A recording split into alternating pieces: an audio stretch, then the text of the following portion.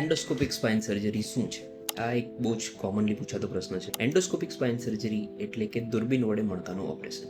Normally જ્યારે શરૂઆતમાં મણકાના operation થતા હતા તો એ ઓપન સર્જરી એટલે કે મોટો ચીરો મૂકીને ચીરફાડ કરીને બધા જ સ્નાયુઓને હટાવી, આ હાડકું હટાવી અને પછી મુખ્ય કરોડરજ્જુની નસને ખુલ્લી કરવામાં આવતી હતી કે જેમાં સ્નાયુઓને નુકસાન થાય, બ્લડ લોસ વધારે થાય, દર્દીને ઓપરેશન પછી રિકવરીમાં સમય વધુ લાગે, દુખાવો પણ વધારે થાય. જેની સરખામણીમાં એન્ડોસ્કોપિક સ્પાઇન સર્જરી એમાં શું થાય છે, આ પેન જેટલું માત્ર નાનું એક એન્ડોસ્કોપ યુઝ કરવામાં આવે છે, જેને મણકામાં દાખલ કરવામાં આવે છે અને જે પણ કારણભૂત વસ્તુ હોય જેમ કે લિગામેન્ટમ ફ્લાવમ હાઇપરટ્રોફી કે પછી મણકાની ખસી ગયેલી ગાદી કે જે નસ પર દબાણ કરી રહી છે અને જેના કારણે દર્દીને તકલીફ થઈ રહી છે, માત્ર એટલા ભાગને જ હટાવવામાં આવે છે.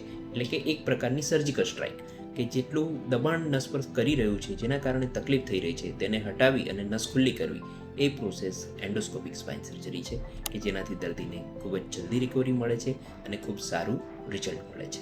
દુખાવો ઓછો થાય છે, ચાલવા હરવા ફરવાનું બીજા દિવસથી જ ચાલુ કરી શકાય છે અને ડ્રેસિંગમાં ટાંકાની કોઈ જરૂર હોતી નથી, બ્લડ લોસ મિનિમલ હોય છે.